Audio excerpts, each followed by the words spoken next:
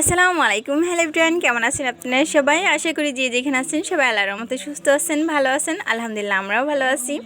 কিছুদিন আগে আপনাদের সঙ্গে এই গোলাপ ফুল গাছটি শেয়ার করছিলাম। এটা আমি নার্সারি থেকে 2টা কড়ি অবস্থায় কিনে নিয়ে আসছিলাম। আমি কিন্তু জানতাম না যে এই ফুলটা দেখতে কেমন হবে। তো দেখুন এখন কিন্তু একটা পাপড়ি করে অলরেডি ফুটে গেছে আমার এই ফুলটাতে। তা এইটা দেখা যাচ্ছে কমলা কালার এবং আফসা হচ্ছে লাল কালার হয়েছে।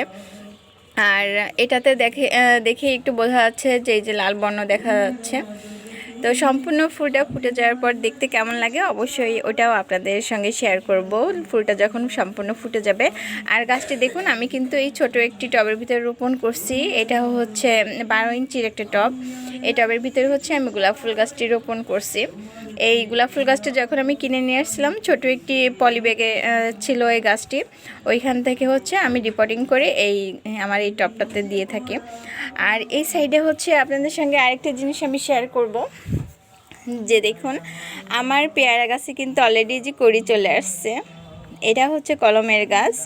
আপনাদের সঙ্গে এই গাছটি আমি শেয়ার করছি যে আমার পেয়ারা গাছের ডাল হচ্ছে কলম করে আমি এই গাছটি তৈরি করে নিয়েছি। আর দেখুন এইখানে 2টা হচ্ছে কড়ি আসছে আর এইখানে হচ্ছে একটা কড়ি আসছে। এই যে তো এত ছোটো গাছে কী হবে জানি না, ফুল হইলে হবে, না হইলে হবে না, কোনো সমস্যাই নাই। তো আমি চাচ্ছি গাছটিকে আরও সুন্দর ঝোপালো এবং সুন্দর করে নিতে, তারপর হচ্ছে ফলের আশা করব, এর আগে নয়। আর আপনারা অবশ্যই দেখে থাকবেন যে আমার এই যে বেগুন গাছটা একটু দেখিয়ে নিই। বেগুন গাছে বেগুনটা তুলে নেওয়ার মতো হয়ে গেছে। আর এখানে হচ্ছে এই যে 3টা বেগুন বড় হচ্ছে।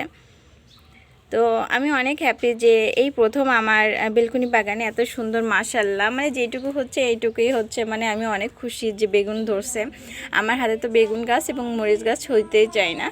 আর এই যে ওই ছোট পেয়ারা গাছে যেমন ফুল চলে আসছে, অনেক সুন্দর ফুল হচ্ছে। আর আমার এই সফেদা ফল গাছের সফেদাগুলো হচ্ছে ধীরে ধীরে বড় হচ্ছে। দেখুন কতটা বড় হয়ে গেছে এই ফলগুলো। এই যে ফলগুলো ধীরে ধীরে বড় হচ্ছে। আর এই সাইডে সফেদা ফল গাছে দেখুন অসংখ্য কড়ি চলে আসছে। এই যে প্রত্যেকটা দেখুন ডালের হচ্ছে কড়ি চলে আসছে, অসংখ্য কড়ি চলে আসছে। যে এই সাইডেও দেখুন অসংখ্য কড়ি চলে আসছে। তো আমার এই ছোটো ছোটো ভিডিওগুলো আপনাদের যদি ভালো লেগে থাকে তাহলে অবশ্যই আমার চ্যানেলটিকে সাবস্ক্রাইব করে আমার পাশে থাকবেন, লাইক কমেন্ট করবেন। আপনারা লাইক কমেন্ট করলে আমার খুবই ভালো লাগে, ভিডিও তৈরি করতে আমি অনুপ্রেরণা পাই। আর এই সাইডে আমি সর্বশেষে দেখাচ্ছি আমার এই যে লেবু গাছে পাতা এবং ছোটো ছোটো কড়ি ধরতে শুরু করছে। বোঝা যাচ্ছে না, কিছুদিন পর হয়তো কড়িগুলো যখন সাদা কালারের হয়ে যাবে তখন দেখলে আপনারা ঠিকই বুঝতে পারবেন।